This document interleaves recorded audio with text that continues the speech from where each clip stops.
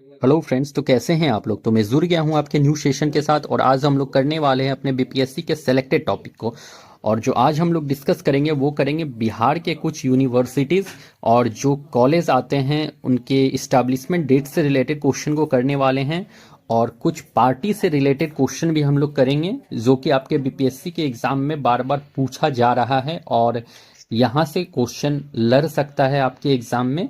तो इसलिए ये सब पॉइंट को हम लोग कवर करते हुए चलेंगे क्योंकि हमारे लिए एक एक मार्क्स इंपॉर्टेंट होने वाला है। तो ये सेलेक्टेड टॉपिक में से एक हो है, इसको हम लोग पहले देख लेंगे। और उसके बाद एक क्वेश्चन आता है आपके स्टेटमेंट जो कि कथन वाला है, उससे एक क्वेश्चन देखने को मिल रहा है आपके एग्जाम में।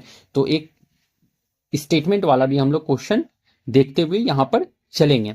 तो आज आप लोगों का दो टॉपिक कंप्लीट कराया जाएगा। पहला तो जो कि आपके कॉलेज और यूनिवर्सिटीज का एस्टेब्लिशमेंट डेट से रिलेटेड होने वाला है और कुछ पार्टी से रिलेटेड डेट्स होने वाला है। एंड सेकेंड हम लोग करने वाले हैं अपने स्टेटमेंट से रिलेटेड क्वेश्चन, मीन्स कथन से रिलेटेड क्वेश्चन करने वाले हैं। तो चलिए एक एक करके हम लोग अपने सारे क्वेश्चंस को देख लेते हैं यहाँ पर। एंड हमारा क्वेश्चन जो है अब स्टार्ट कर देते हैं।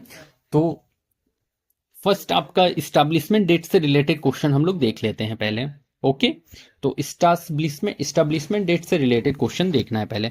तो पहला याद रखिएगा पटना कॉलेज। ये पटना कॉलेज कब इस्टेब्लिश्ड हुआ है, ये क्वेश्चन आपसे पूछा जा रहा है। टीआरई में पूछा गया, बीपीएससी टीआरई में पूछा गया ये क्वेश्चन। पटना कॉलेज तो 1863 में ये पटना कॉलेज आपका बना है, पटना कॉलेज। ओके, नेक्स्ट आता है आपका पटना महिला कॉलेज। पटना महिला कॉलेज, तो पटना महिला कॉलेज कब बना है, ये भी आपके बीपीएससी के एग्जाम में पूछा गया। बीपीएससी टीआरई के एग्जाम में दोनों क्वेश्चन पूछा गया है और ये दोनों पूछा गया तो हो सकता है कि दूसरा कोई इससे इस्टेब्लिशमेंट डेट से ही रिलेटेड क्वेश्चन पूछ दे। पटना महिला कॉलेज तो ये 1940 में आपका इस्टेब्लिश्ड हुआ है, 1940 में पटना कॉलेज इस्टेब्लिश्ड हुआ है। नेक्स्ट आता है आपका बीएन कॉलेज। बीएन कॉलेज, तो बीएन कॉलेज कब स्टैब्लिश्ड हुआ है, 1921। BN college 1921। फोर्थ में याद रखिएगा बिहार विद्यापीठ। बिहार विद्यापीठ, तो बिहार विद्यापीठ कब बना है मेरे भाई, तो बिहार विद्यापीठ जो बना है ये भी 1921 में ही स्टैब्लिश्ड हुआ है। ओके, बिहार विद्यापीठ और बीएन कॉलेज दोनों 1921 में। और इन दोनों का उद्घाटन किसने किया था ये पता है आप लोगों को, ये दोनों का उद्घाटन जो किया था ना, गांधी जी ने ही किया था उद्घाटन। गांधी जी के, आपसे पूछा जा सकता है कि बीएन कॉलेज या फिर बिहार विद्या का उद्घाटन किसने करा है, तो गांधी जी ने किया है उद्घाटन। ठीक है, इन दोनों का उद्घाटन किसने किया है, तो गांधी जी ने करा है इन दोनों का उद्घाटन। ठीक है, फिफ्थ नंबर में आप लोग देख लीजिए साइंस कॉलेज। साइंस कॉलेज, तो साइंस कॉलेज का स्थापना किसने किया है, तो साइंस कॉलेज का स्थापना हुआ है कब, 1927 में साइंस कॉलेज का स्थापना हुआ है, 1927 साइंस कॉलेज। ठीक है, सिक्स नंबर में आप लोग देख लीजिए गोलघर। तो गोलघर का स्थापना कब हुआ है, गोलघर का, तो गोलघर का स्थापना हुआ है 1784 से 86 के बीच में, याद रखिएगा 1784 के 86 के बीच में गोलघर का स्थापना हुआ है। गोलघर कब, तो 1784 से 86 के बीच में गोलघर का स्थापना हुआ है। पटना विश्वविद्यालय, पटना यूनिवर्सिटी, तो पटना यूनिवर्सिटी का स्थापना कब हुआ है, तो 1970 में। यूनिवर्सिटी का स्थापना कब हुआ है, तो 1917 में आपका पटना यूनिवर्सिटी का स्थापना हुआ है। पटना विश्वविद्यालय 1917 में। ओके, अब देखिए हम लोग कुछ पार्टी से रिलेटेड क्वेश्चन देख लेते हैं। ये देखिए जितना भी इंपॉर्टेंट टाइप का था वो मैंने यहाँ पे आपको डिस्कस कर दिया है। ठीक है, तो ये सब आप लोग ध्यान से देख लीजिएगा, इंपॉर्टेंट है। अब कुछ पार्टी से रिलेटेड डेट्स भी हम लोग को याद रख लेना इंपॉर्टेंट है क्योंकि अभी पार्टी से रिलेटेड क्वेश्चन पूछ दे रहा है। ठीक है, तो आगे देख लेते हैं हम लोग पार्टी से रिलेटेड। पहला याद रखिएगा आप लोग राष्ट्रीय जनता दल, मतलब कि आरजेडी। आरजेडी, आरजेडी का मतलब हो गया राष्ट्रीय जनता दल। राष्ट्रीय जनता दल, जनता दल, तो राष्ट्रीय जनता दल का स्थापना कब हुआ है, तो 1997 में, 1997 में राष्ट्रीय Janata Dal. Okay, second number आ जाता है आपका जेडीयू। जेडीयू मतलब कि Janata Dal United. Janata Dal United, Janata Dal United का स्थापना कब हुआ है, तो ये हो गया है आपका 2003 में। जनता दल यूनाइटेड 2003। थर्ड याद रखना है आपको बीजेपी। बीजेपी मतलब भारतीय जनता पार्टी, भारतीय जनता पार्टी, जनता पार्टी। तो भारतीय जनता पार्टी का स्थापना कब हुआ है?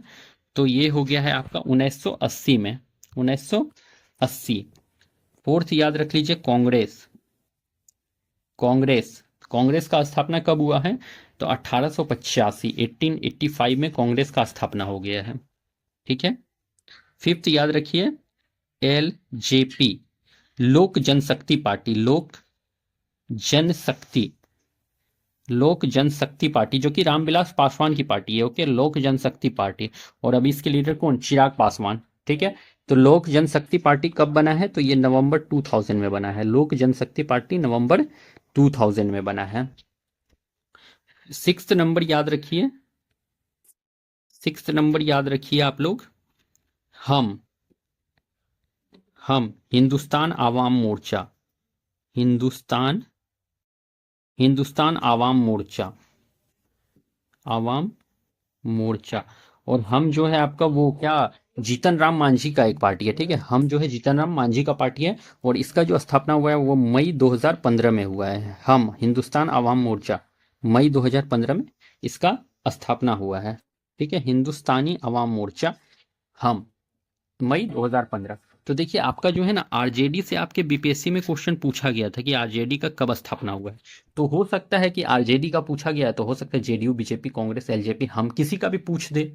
तो इसीलिए ये जानना इंपॉर्टेंट हो जाता है। और ये सब बिहार से रिलेटेड इंपॉर्टेंट पार्टी है, तो ये सब फेवरेट क्वेश्चन बन सकता है बीपीएससी का, क्योंकि आरजेडी एक बार बन चुका है इसका क्वेश्चन। तो हो सकता है इन सभी से पूछ ले, तो देख लेने में कोई परेशानी तो है नहीं। तो एक बार देख लीजिए इसको भी। चलिए अब फिर हम अपना स्टेटमेंट वाला क्वेश्चन देख लेते हैं। ठीक है, अब स्टेटमेंट वाला क्वेश्चन में से क्यों इंपॉर्टेंट है? क्योंकि स्टेटमेंट वाला क्वेश्चन भी आपके एग्जाम में देखने को मिल गया है। तो हो सकता है कि नेक्स्ट बीपीएससी टीआरई 4 में भी स्टेटमेंट वाला क्वेश्चन देखने को मिल जाए। तो स्टेटमेंट से भी रिलेटेड आपके लिए इंपॉर्टेंट बनता है। तो स्टेटमेंट पहला है क्या? कांग्रेस के लोग पदों के भूखे राजनीतिज्ञ हैं। कांग्रेस के लोग पदों के भूखे राजनीतिज्ञ हैं। पदों के भूखे राजनीतिज्ञ हैं, किसने कहा? भूखे राजनीतिज्ञ हैं। तो ये किसने कहा है?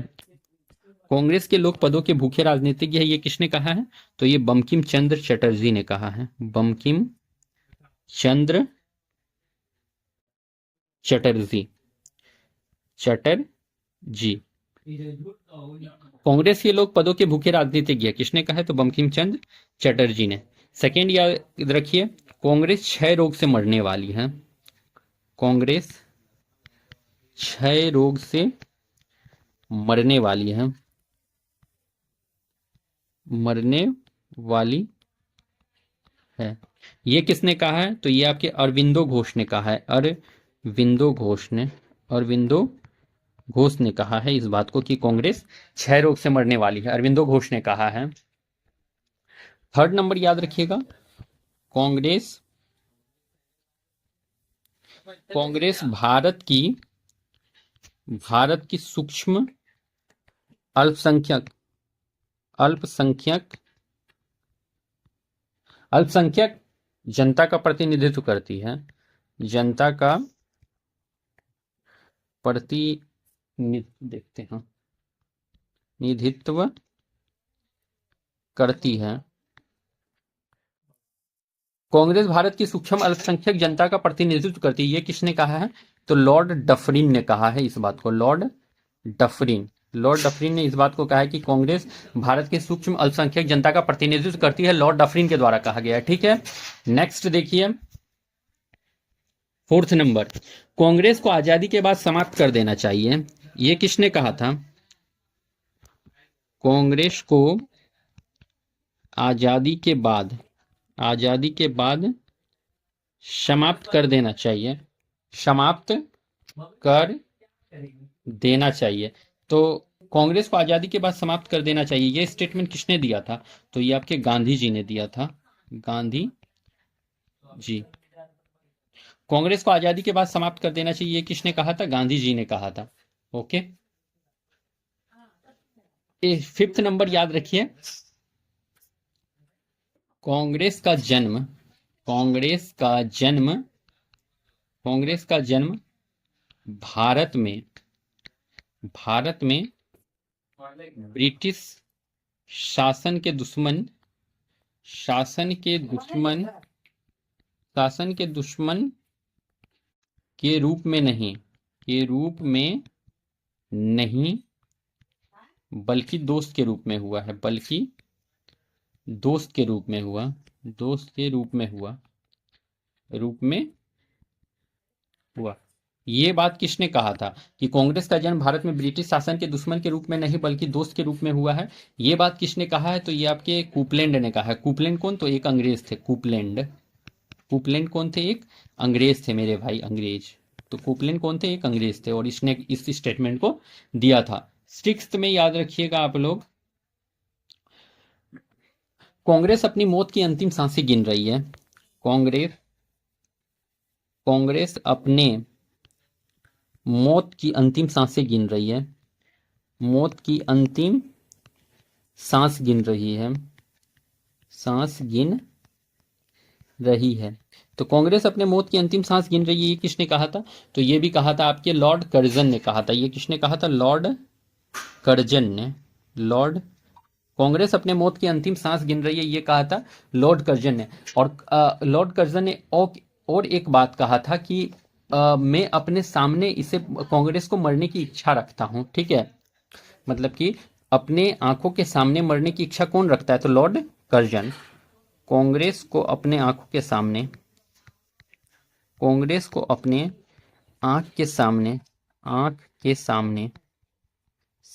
मरने की इच्छा रखता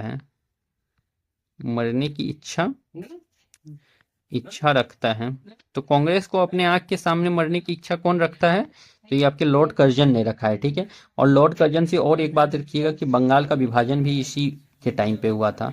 तो बंगाल का विभाजन जो हुआ था ये भी लॉर्ड कर्जन के टाइम पर ही हुआ था। लॉर्ड कर्जन ही वायसराय थे, उसी टाइम पे बंगाल का विभाजन हुआ। तीन बात आप लोग को कांग्रेस लॉर्ड कर्जन से याद रख लेना है। कांग्रेस अपने मौत की अंतिम सांसें गिन रही है, लॉर्ड कर्जन ने कहा। कांग्रेस को अपने आंख के सामने मरने की इच्छा रखता है, वो भी लॉर्ड कर्जन रखता है। और बंगाल का विभाजन किसने कराया? तो लॉर्ड कर्जन ने कराया है। तीन बात आप लोग लॉर्ड कर्जन से याद रखते हुए चलेंगे।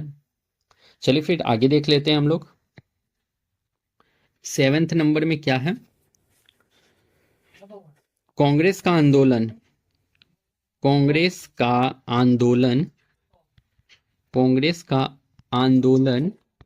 न तो लोगों द्वारा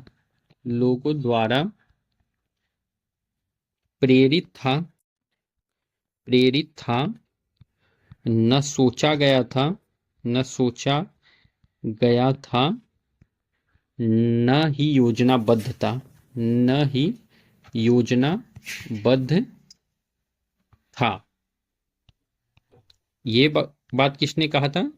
तो सर सैयद अहमद खान। सर सैयद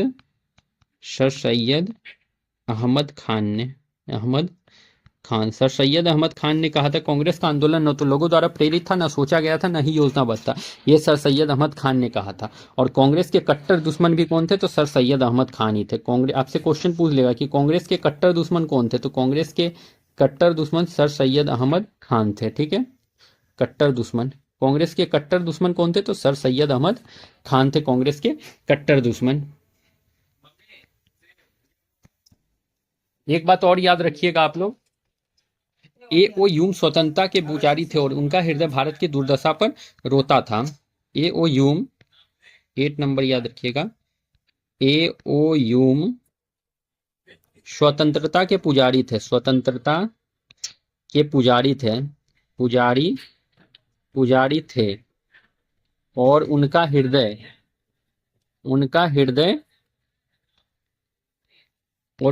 हृदय भारत की दुर्दशा पर रोता था।